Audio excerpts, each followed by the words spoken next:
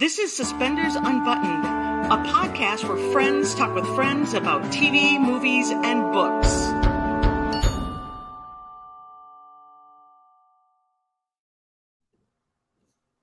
Hi, everybody. Welcome to Suspenders Unbuttoned podcast. My name is Sarah.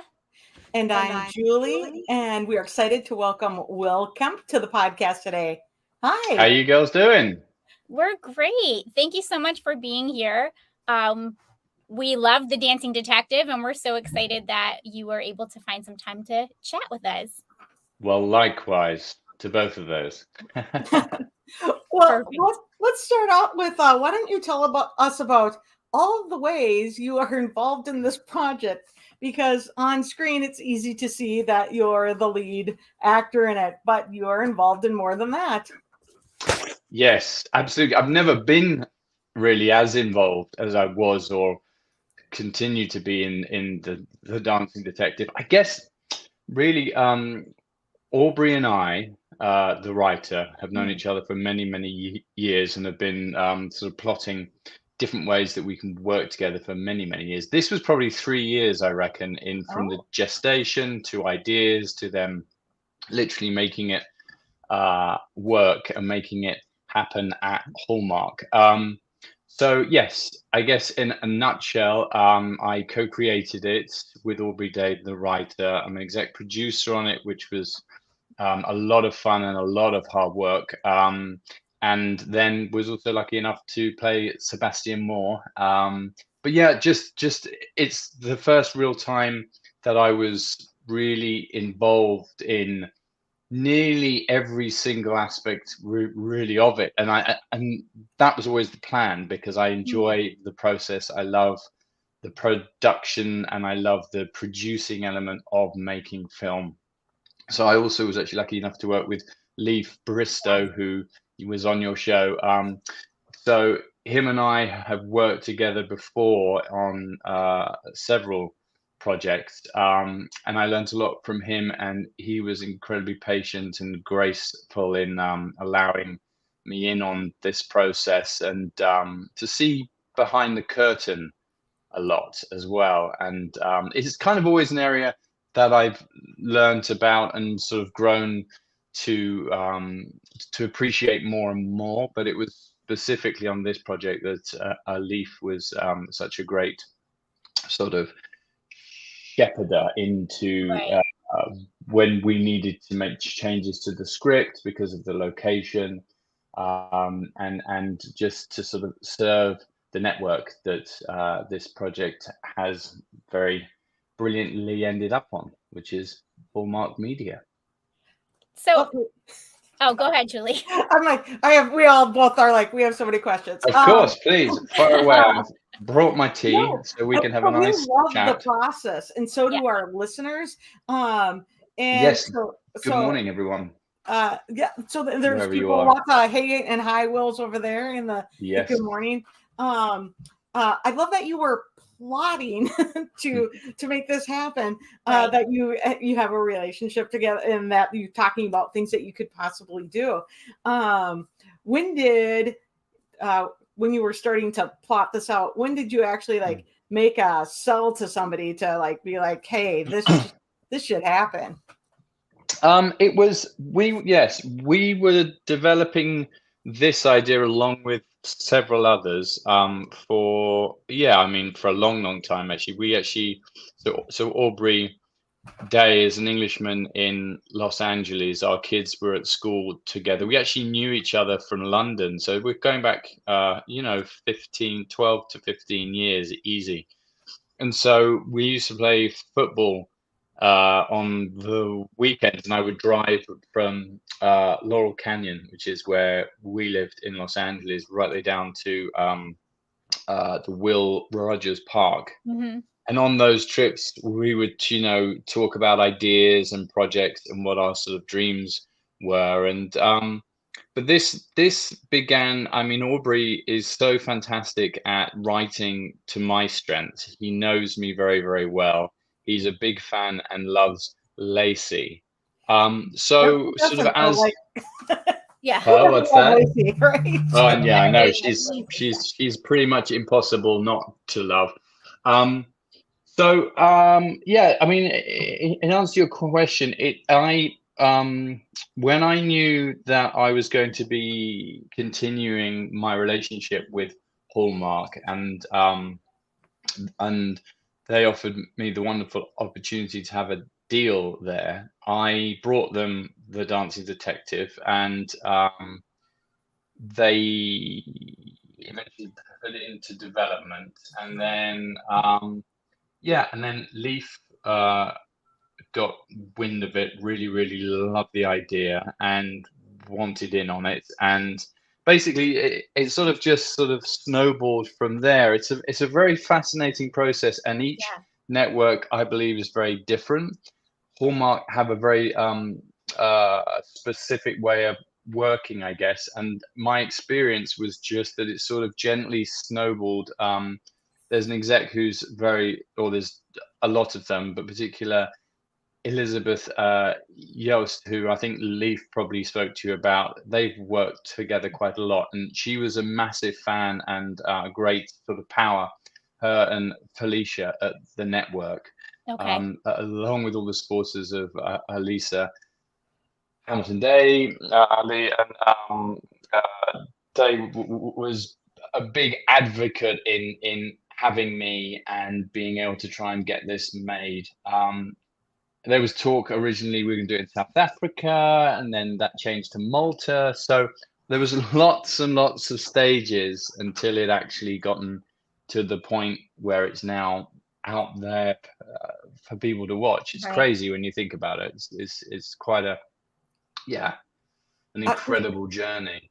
We love hearing kind of about that journey. There is a question over here. Well, statement. We want Dancing Detective Eternal. So at the end of it feels very much like there should be another one. Is there a chance? Absolutely. Hey, Patricia. Yes. Well, we have plans. I mean, so Aubrey and I have got some great ideas, and we would obviously need the official go-ahead, which I know that it did really well. I know they were all very pleased. So yeah, I mean, we're basically waiting to hear what the official news is, and then we put that into production. I mean, it's who knows if it'll probably be next year. I would have thought, because I know Leaf's also really busy. If he wants to do more, it'll be about trying to get all of our schedules in place and also come up with a couple of really cracking scripts that are ready to go within the locations that we can get them to work in, if that makes sense. It's very exciting. It's very exciting. Because a lot of moving pieces just to get Yes. plan. Yes. Exactly. And also Lacey's also very busy. So I seem to be getting more busy, which is great. So we'll see. But I mean, yes, please, I would absolutely love. So anyone can make some prayers. That would be great. So thank you. Will certainly everyone is certainly throwing that out into the universe. The Kempers are all there. I can see, which is, I have some great supporters. You do. My Kempers. So yes, please.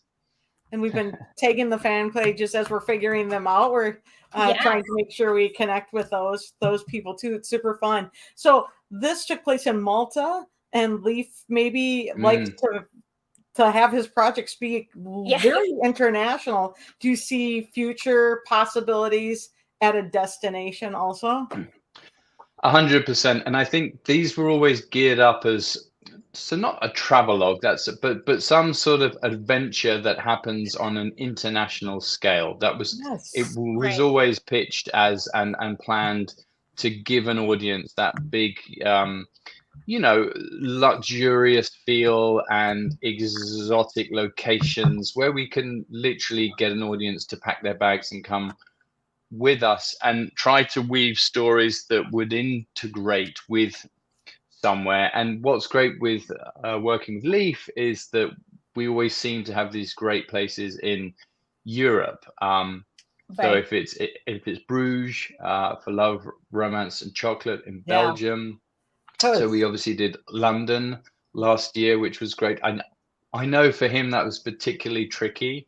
And I think it wasn't impossible, but we had to scale a number of obstacles that you would hope maybe you didn't have to do. So we'll see Right. about that, if that's a possibility or not. But I mean, yeah, Paris is a good one. Rome is a brilliant one. Budapest is beautiful. I spent a lot of time there last year and the beginning of this year. There's Greece. I mean, yeah, loads of places. Yeah, I feel like that when a show or a movie brings you to this location that maybe you haven't been to or you visited once or you dream about, it just adds a whole nother level to what these, you know, Hallmark movies typically do, which is like offer a little escape, and it just adds a whole new level to that. Yeah, exactly. And I feel somewhat that possibly, not that I ever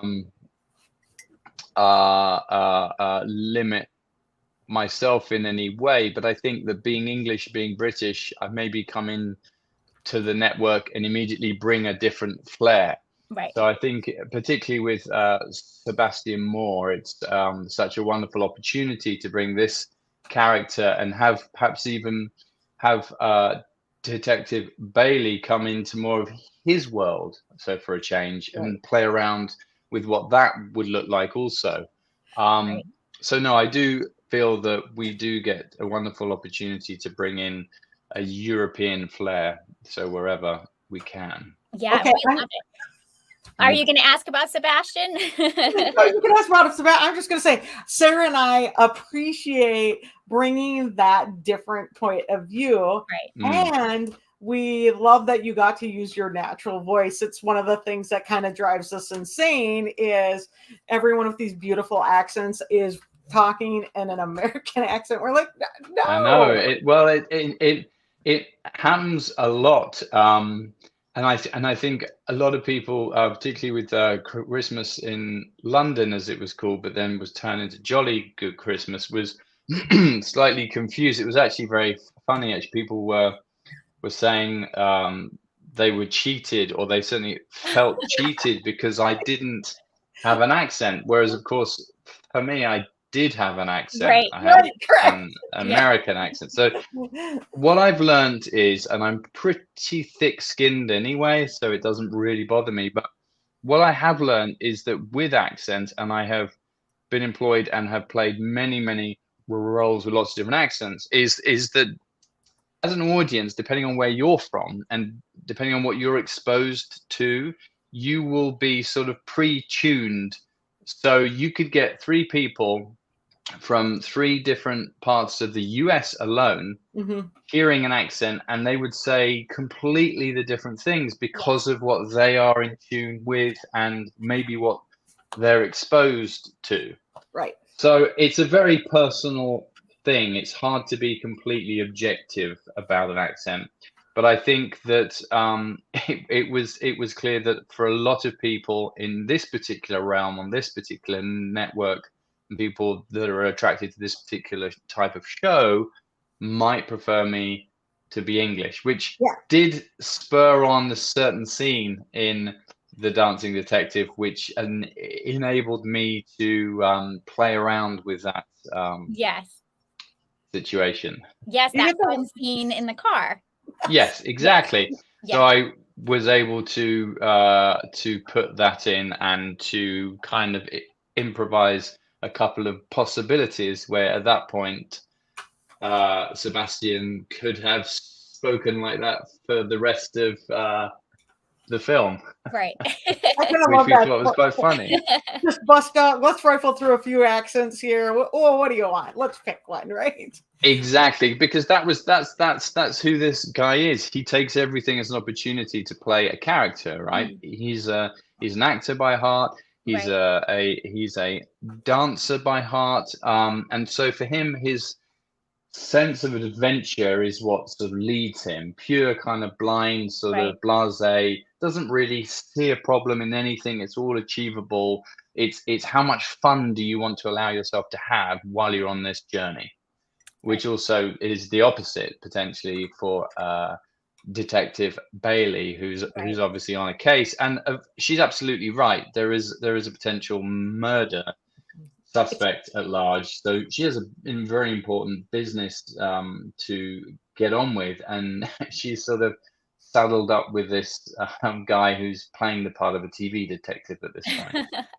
But he does it very well. So Sebastian has like a little comedic flair. Tell us about bringing some comedy into this movie. Yeah, it was a joy to be able to do that, and it's something that I've always loved and sort of to certainly enjoy doing. And Aubrey knows my humor very, very well, and I think the fine line of that is always how far does it go. And if I mean, I come from a theatrical background and tend to approach things rather big and very sort of very animated, and will then begin that way and then gently bring it down very often.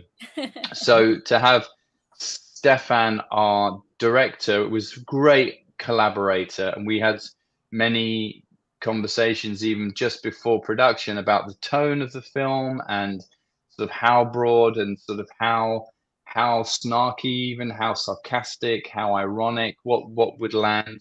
And I think we did a good job, I hope, in just that fine line where the humor is funny, it's a little curt, there's banter, it's playful, it's always playful, but it's not stupid, and it shouldn't be annoying. Right. Because they are two intelligent characters that are actually very good at what they do. And there's a mutual respect for each other, even though there's this sort of push and pull. And there has to be some kind of conflict, really, even if it's just, oh, God, you're annoying me. But, oh, you're actually okay, so I'll have to put up with you. Lacey does that so well, too. Isn't she fantastic? That's sarcastic, like straight-laced, sarcastic, funny as she nails it. Exactly, straight-laced Lacey is what I think we should really call her, because, but that takes a certain amount of bravery as well, because she's obviously an incredible part of the network. She has a huge fan base. They adore her for this sort of, wonderful Southern Belle type beauty.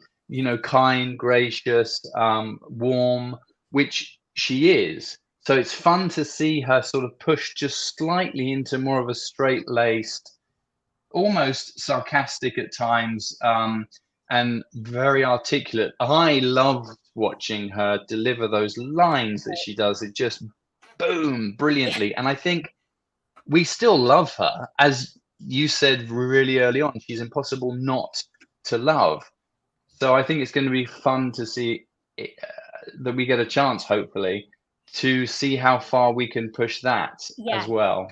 Yes, I agree. It's a fun little, it's fun for us to watch that on screen, because often Lacey plays these, really sweet, lovable, characters, and to get to see her do the humor more is a lot of fun. I think we've been seeing it more recently, and I think so. But say we appreciate that smart banter. That banter. The viewer, sometimes I think they forget that actually we're smart people, we're educated, we are maybe choosing something that we're going to know the general arc, but as we get there, we would like to enjoy the banter and a little sass and and I think that's important. I've always struggled with scripts where it isn't smart, or the answer is all like, they won't know, or no one cares about that. And I care deeply about everything I do. And I think with Aubrey, he's so whipper smart that he's able to do a multi-layered story in a script where you have references to those retro, very cool, I think, TV shows, which the audience of certain generations will be like, damn, I remember that, and get the references. And even it didn't feel pushy either. Like they were done so organically. Perfect. Yeah. Oh my God. So even if heart. exactly, the Jessica Fletcher, the Columbo, the whole thing. And even if you don't know or don't know what they are, it doesn't matter because it's not. It's a little bit of sort of added sort of kind of icing on the cake, which I think is clever.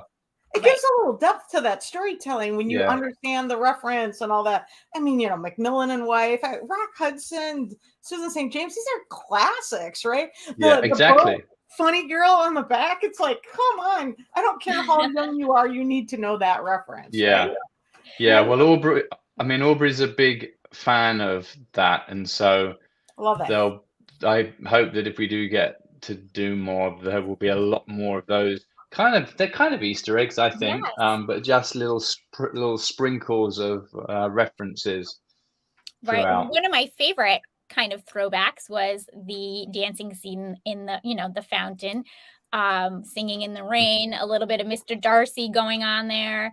So I think that's become pretty iconic for this movie. So I don't know what you're going to do to top that for the next one, Will. No, it's true. And I think, I mean, listen, it's a wonderful position if, we're talking and we're like, well, I felt as if I had to top this one.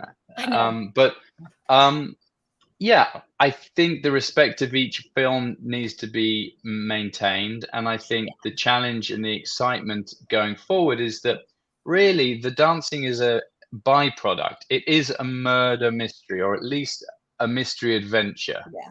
And I think as long as there's an adventure, we'll be very smart in the way that we weave in the dance. I wouldn't want things to be even a slave to the dance. I think it's a byproduct of these great characters in an exotic location with a problem to solve.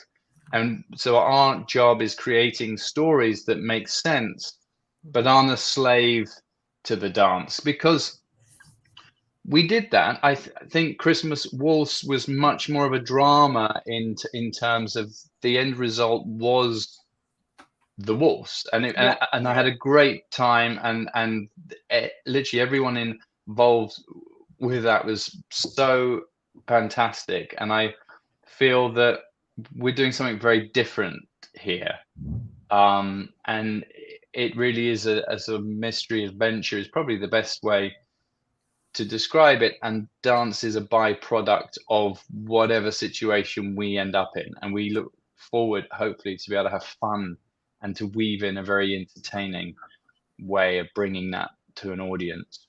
Yeah, I love that. So do you foresee as dance being like a theme, or even like part of the title, like, this was a deadly tango, the next could be, we maybe have a group chat that started throwing out new titles for an entire series.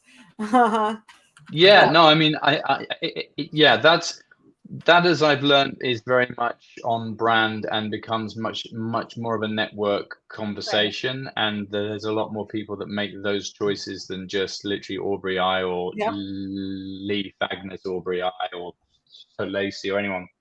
So that's the sort of interesting area, is knowing, really, as passionate as I am, and I mean, I have ideas on every essence, every area, from the tagline to the posters to the locations to the concerts. So, but I also know my place. So there's areas where I am able to get involved, and there's people that will gladly listen and even ask. And then there's other areas where I don't run the network. So they're doing a brilliant job over there. So I will do my jobs to the best of my ability, and I expect everyone else to do the same. Yes. Yeah. We might have a thing for posters. Yeah. So I would say always get involved. Yeah. No. Never know what they're going to. Sometimes we're like, what? Yes. Yeah. No. That's beautiful. Yeah. Well, usually what happens with these is that during production, and there's never enough time. It's really strange. You go from, I say, 3 years, and then suddenly you have no time to do it in, exactly, less than 3 weeks. Right. and everything is rushed, and you're like, this doesn't make sense, because we spent not the whole time, but in gestation, three years. But there's always a point in production, where we have a photographer and they come along and we get some concept ideas, and as exec producers, Lacey and I are able to be a bit more active in which ones we would prefer and try and steer. But the actual company that produced our sort of art work and our poster, they do a lot, actually, and I was really pleased, actually. I thought they did a good job. We like the poster a lot, so it's a bit different, and it's sort of slightly edgier in that sort of, but it fit the movie. The tango is a bit, dare I say, sexier. It's a bit, it has a lot more attitude. It's about drama. So it felt right that it was in the title, and it felt right that the poster looked the way it did. And obviously we had that theme of music as well. The tango plays through the murder in the beginning, which you can hopefully is woven in right through until the credits at the end. So we loved it. And we don't always love the movie posters, so it was I don't. I mean, I could be completely honest. I think some of the time they're terrible, but that's only my opinion, and I'm entitled to have my opinion. We also have opinions. but I think that's healthy, and I think it's fun that we can all, because it comes out of a passionate place. We all are. I love working for Hallmark, and I really do appreciate them even allowing me to bring this to them, and even actually to make it has been phenomenal, and I'm eternally grateful, and I hope that it's the beginning of a long relationship there, because for me as an actor, it's really only part of what I get to do. People that know the work I've done and know the sort of parts that I also play, it's a wonderful accompaniment to the other characters that I'm lucky enough to play. So you've just had this beautiful project finally out there, but do you have another dream project that you would, like to create or be a part of? I mean, gosh, yes. It's a tough question, and it's a very good question, Sarah, because I've also learned that those sorts of questions about what's your dream role. Well, I mean, I think it's more advantageous at this point to keep open to things that come in. I mean, yes, I have projects, and I have several with Aubrey that we would want to get off the ground. I now find people coming to me with scripts or ideas, and I have a great thirst to get back into the theatre. I would love to do that too. But I'm enjoying being part of more of the process, not just being, I say just because it's a great job, but being an actor, being a gun for hire. I really do have a thirst and an interest in production and bringing a project like The Dancing Detective to fruition, working with brilliant people, surrounding myself with the best people at what they do, and really making things the best that they can be. That is almost better than answering the question of, I want to play Hamlet, or I want to be in Lord of the Rings, or I want to be a Marvel character or a DC. They're all true because I do that as well. Great choices. But my point is that if I can be as open as I can be and grateful for things that come in, it's then my duty always to find the best way to execute them. And if I can get beyond just the acting and actually be a part of the production, then that's really exhausting, but also fulfilling. And I think that's the key, because you could wait around at home turning down jobs or just praying for that one job that you really want, and you could end up growing old in the process and actually not enjoying the other opportunities. Right. I love that. Be open. Yeah, I think so. I mean, I think there was a long time where I turned down a lot of things, or just possibly was uncomfortable with certain genres, or and I think I'm probably just old kind of now. I'm old enough that I'm very grateful, and I had this chat recently. The work never changes. Doesn't matter if I'm in a $200 million film or a $2 film. Right. Really, the work never changes. So and if I can continue to find ways to enjoy that work, then I'm gonna be happy. Yeah. Love that. No, right? That's great. If you did another in the series of this dancing detective, do you see yourself being involved in as many ways again? I think I'd have to be. Yeah. Yes. I kind of love that, actually. To be completely honest, because the ideas are going to come back to Aubrey and I.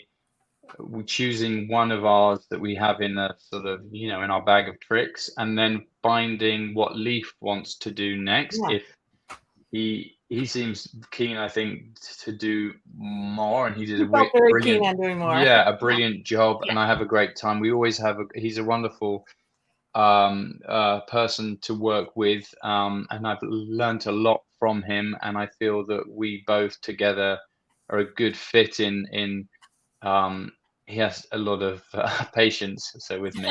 But yes, and also Lacey. I mean, so yeah, I think the way we were able to get this made, I know the areas that I would want to improve. I know the areas that I'm incredibly grateful that we were even able to get what we got.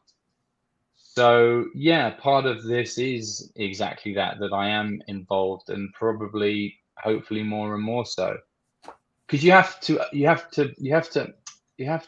earn trust, and you have to earn respect, and I'm prepared and very happy to maintain walking that path. I don't expect anyone to make it easy. I would hope people don't go out of their way to make it more difficult. So yes, a long answer to your question, yes. If we just keep doing what we're doing and still juggling all the things we have to juggle in the process and the obstacles that we have to get around, then yeah, I would love to repeat the process for as long as we can. Yeah, well, we hope you get to do that. There's great people involved. Let's be honest. There's great people involved in this movie, and so to do a series of these would bring us lots of really good movies, and we know they're going to be visually really interesting. And you can see that the characters could have such great development over a variety of movies, right? Yeah, I think so. I think that we know the backstories, and I know what wasn't in the first one, and we know the areas and the relationships and the worlds which they come from. So there's really been a lot of work done into who these people are, and we do sow a few gentle seeds, which has always been, without giving you everything. We know there are threads there where if we got the chance to do more, people would go, oh yeah, they spoke about that, or I saw that in the first one. So it's not just completely out the blue. And I think for these series, people love when there's threads that run from one to another. Like they enjoy that added depth. Exactly. I see these as that sort of great TV show, but they're movies. So we're lucky that we get to explore these characters, their relationships, different adventures, mysteries, as a TV show would, but we're doing them in proper little movies. Yeah. So fun. So there's some questions as well. Yes, I was going to say, Sheila wanted to know about the Mythica project. Oh yes. So Mythica Stormbound he takes a giant swig of his perfect herbal yogi tea. Was a lot of fun. I got to go to Utah for the first time and film with Jake Stormian, a wonderful actor and budding. I say budding, it's not true. He is a director and has done some great work. We've been trying to work with each other for a little bit, and I was very keen to be a part of this, his first real big feature. And it's a sort of a land and a genre that I very much enjoy, the fantasy, sci-fi, I don't know, but sort of like a fantasy adventure movie with elves and dwarfs and magic, and so I love it. And the costumes were phenomenal. The sets were great for a smaller film. Which was a fan favorite. This is technically number 6. They've done 5 before. It was a great sort of privilege to sort of lead that film, and a great cast, a sort of young, relatively inexperienced cast who had huge passion, huge dedication, just really lovely people, hard working, and it was a wonderful feeling to like be a part of a lot of people's first experience behind the camera and also in front, and to hopefully be able to make that a positive one. So I felt really honored to be a part of that. And I think there's a release, I possibly October, certainly the end of the year. But again, it's something completely different, but huge amounts of fun. Yeah, we like seeing our favorite Hallmark actors do other sorts of things. I think Julie and I really appreciate that, because I feel like you don't always get to do everything you'd want to do on this network, because it's of course. And I think a smaller and it's a particular genre, and it has its place. And I think what's great about streamers and the amount of content which is out there as well, and if you have a passion and can find your way into other genres and other sort of playgrounds, I call them, then that's what that for me, that's the joy of acting, is that I get to explore all these different circumstances and different people's lives in different times. Right. Yeah. So fun. Do you want to play a quick little game with us? Sort it's of. Not really a game. I know. We don't have to spell anything. I'm not really good at spelling. No spelling, and it's not rapid fire, so feel free to elaborate or drop more than one answer. But our first question is, do you have a favorite rom-com? A favorite rom-com? Gosh, that's very good. That is very good. I would say as a genre, I'm a big fan of like the good old 90s, almost the 90s. Like I do feel that like Four Weddings and a Funeral and even Notting Hill, and there's a thing that the Brits which I'm very, very proud of. I always, and this isn't rom-com really, but if you go back to people like the Two Ronnies, which is comedy, the way that that's written with Ronnie Barker, phenomenal actor, Ronnie Corbett. I don't know if anyone even is. They're probably all going like, "What the hell is he talking about?" But look it up. The Two Ronnies is a TV show. Actually, I am slightly changing the answer, but it's just written so brilliantly. The sketches are just so clever. But a good rom-com for me would make you laugh and cry in equal measure, and I think that's the key. And then I love the old Charlie Chaplin and the Buster Keaton, because I love the physical comedy. Right. Mr. Bean, I thought was genius. So without picking out a particular film or something, that's my type of. That's more comedy than I know. Love that. Perfect. physical comedy. I bet you would be good at that. Yeah, probably not on purpose. I mean, but like You you probably gotta, have to capture it quick, but no, I do. So yeah, anytime I can do a pratfall, or I can create splashes in a right. pool backwards, or they allow me to do something, I will always jump at it, providing I don't hurt myself, which I can't also guarantee I won't at this point. But yeah, yeah, no, it's those who can move can also do physical. That helps with physical comedy. It's like that. yeah. No, here's another example.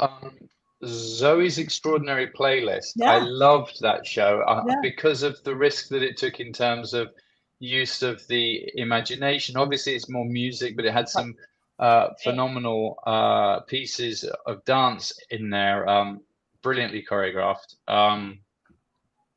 And that I thought was equally entertaining, smart, and had a good romantic kind of element. And yeah, something, I mean, that's fairly recent, and I right. loved that. We watched that as a whole family and absolutely loved that. Ted Lasso is also another one that I'm currently loving because of how it's written. It's brilliant. Yes, I need to watch that. I have not yet. Yeah, These are I great. hear it's amazing. Yeah. Okay, do you have a favorite TV show? Wow. Yes. What happens is, though, I go for months and months not being able to watch anything just because of work and life, and then I binge watch. So I was into Ozark for a longest time. Right. That was a huge one. I will get back into Succession because I need to catch the last of that. I've just been watching just because it's sort of easier. I think it's an Australian show. Yeah, it is actually called Colin from Accounts. Oh, And that's easy going, funny, clever in places. Ted Lasso, I've also mentioned. I watched that with my daughter, my teenager, and my son and I watched Barry, and I loved that. Sarah Goldberg is a wonderful actress that I did a play with years and years and years ago, and it's fantastic to watch her just do some incredible work on that. So there's a couple, and then I love all the Star Wars stuff as well. I'm a big so Andor and The Mandalorian, Obi-Wan. That's what I really want to be in, is those sorts of things, as well as the Dancing Detective. You are not the only one to say that. So. Yeah, I think I'm a Jedi at heart. So. I was just gonna say, you're gonna be like the random Jedi that's gonna show up in the next Mandalorian. Yeah. This is not the Dancing Detective you're looking for. Anyway. It is. That's our clip. Is the way. Yeah. There was. So our DP on Mythica would say that all the time. So I come up with an idea. We'd sit down. We do this. He goes, "This is the way," and then we just set up, and then we would shoot it. It was brilliant. I may have just purchased my husband a T-shirt for Father's Day that says "This is the perfect." Perfect. What a great present. I love it. No, those are great answers. Great answers.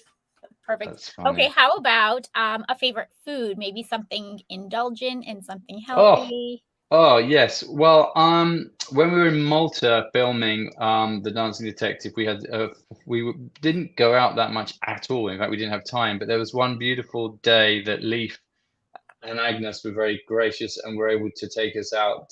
We saw the Hypogeum, and we saw some phenomenal places in Malta, one of which was Leif's favorite restaurant.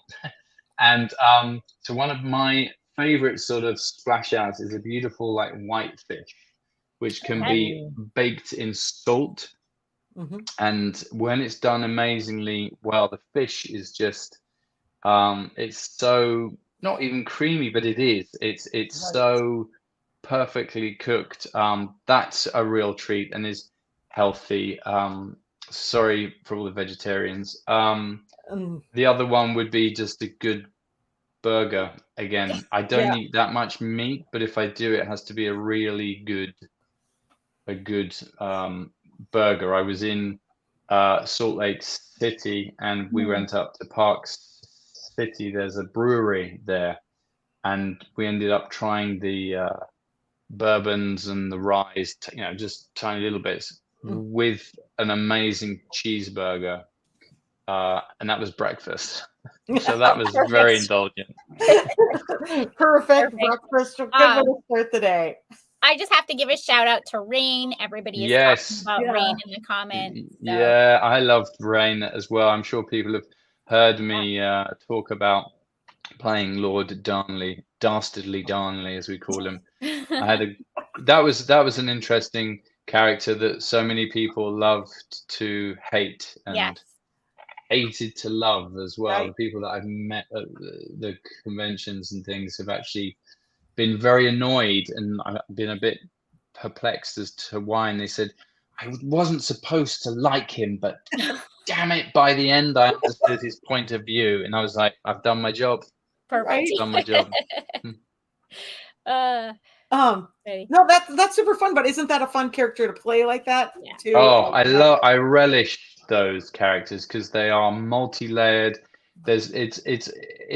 It's all about a point of view, and if you can get behind a point of view, then you can justify any behavior. Right. And the writers of that I had worked with, just as a quick thing, I'd worked with 4 of the writers from the writers' room on Rain, which is on the CW. Yeah. And they knew what I was sort of capable of and what I enjoyed doing, and it was very interesting, sort of allowing me to do an episode, and then they would write the next one, and they would see things that I was beginning to sort of gently plot out, because it's a historical character, right? Which is great because you have like a backbone, even though this was historical fantasy.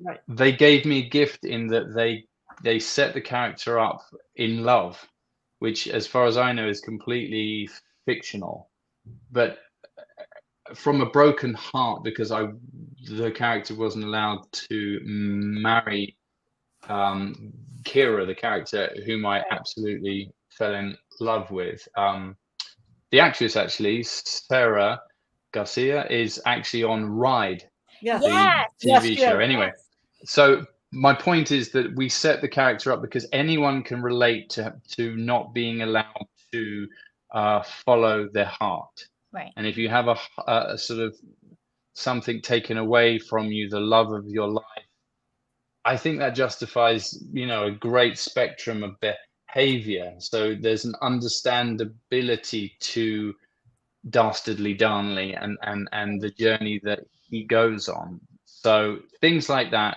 are an absolute gift, because you then almost have license and believability to do anything. So yes, I love those complex characters very much so. Yes, and we like watching them. Right. Yeah, because they're ultimately human, because we're not all good.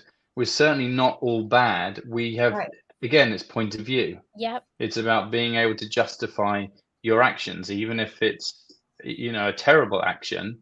You'll hear people defend themselves beyond what you believe is rational. Right. But if it's from their point of view, right, it's like, how far would you go to protect your children? Right. How far would you go to protect your pets, your parents, your brothers, right? That's the sort of thing. Yeah. Oh, love it. I feel like I need to do a rewatch now. Right. Maybe I'll do that. More than welcome. Super fun. Okay, we were gonna keep in mind some time, so I think we. Yeah, no, I'm having a great time. So, and I haven't been told that but yes, I do appreciate that. Though, thank you. We're pretty good. Yeah, we're chatting, so we love a good story. We love a good tangent. Yes. Right. Will you do us a favor and do us a little sound bite of just like you're watching Suspenders Unbuttoned podcast or something like that? Anything you want. Oh, right. Hey guys, you are watching Suspenders Unbuttoned podcast. Perfect. Thanks. This was so much fun to have you on. And we are going to have all our fingers crossed that there's more dancing detective movies in the future. Yeah, no, I hope so. There's lots of little Easter eggs in the first one, and Tons. so I'm around. I've really enjoyed our chat. I've appreciated everyone checking in, and the Kempers are all there. I love the support. I appreciate the support, and let's hope we get to do this again, and let's very much hope that we get to do more of the Dancing Detective or something else fun I can come back and talk to you both about. Absolutely. You're welcome anytime. We'll always be happy to chat with you. So hang on for 1 second. We're going to end the broadcast and we can say bye off screen. So thank you everybody for watching. And thank you, Cheers, Will. guys. Thank you. Thank you.